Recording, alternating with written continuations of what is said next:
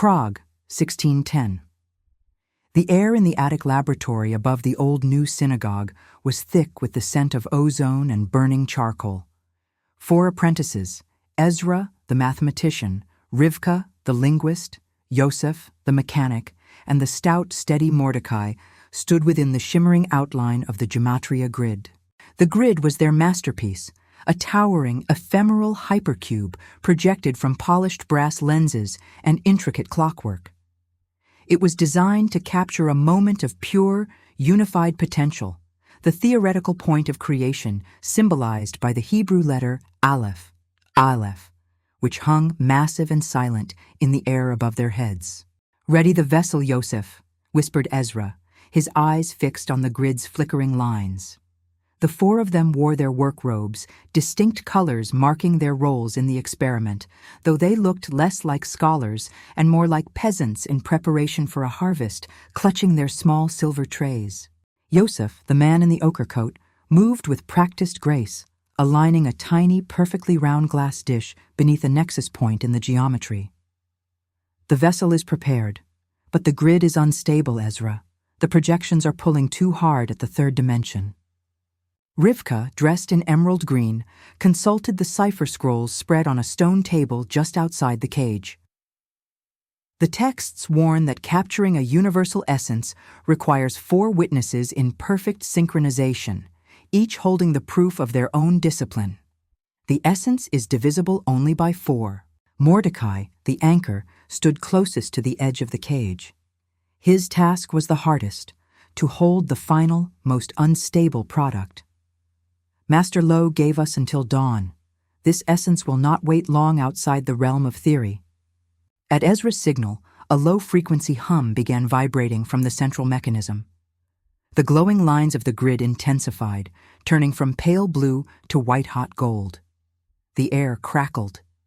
They had successfully contained the raw potential, drawing it from the void between the spiritual and physical worlds.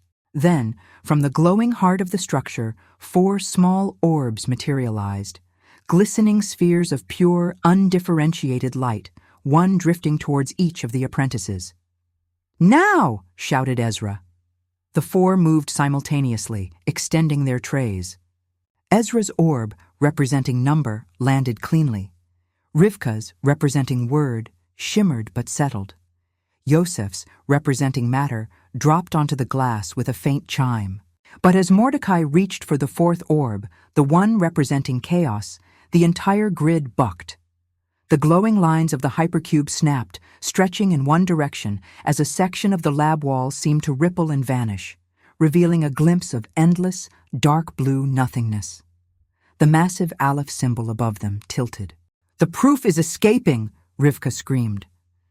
The orb of chaos, suspended mid-air, began to fragment, threatening to undo the entire experiment and perhaps the architecture of their city. Ezra yelled an instruction, a complex geometric formula that only the 4 of them understood. They did not move their feet, but their bodies reacted. Ezra leaned left, Rivka stepped back an inch, Yosef rotated his tray, and Mordecai lunged forward, his expression fixed in total concentration. For a terrifying, endless second, they were frozen, 4 brightly colored figures amidst a collapsing, 4-dimensional grid, desperately holding the raw building blocks of existence on small silver trays. Then, with a sound like a silk cloth being ripped in half, the grid snapped back into shape. The tear in the wall sealed instantly. The orb of chaos dropped perfectly onto Mordecai's tray. Silence fell, broken only by the distant morning prayer from the street below. The Gematria Grid began to slowly fade, its purpose fulfilled. They had done it. They had captured the Aleph's essence. They had the proof. But as they looked down at the glittering, humming spheres on their trays, they knew they had only just begun to understand what holding the power of creation truly meant.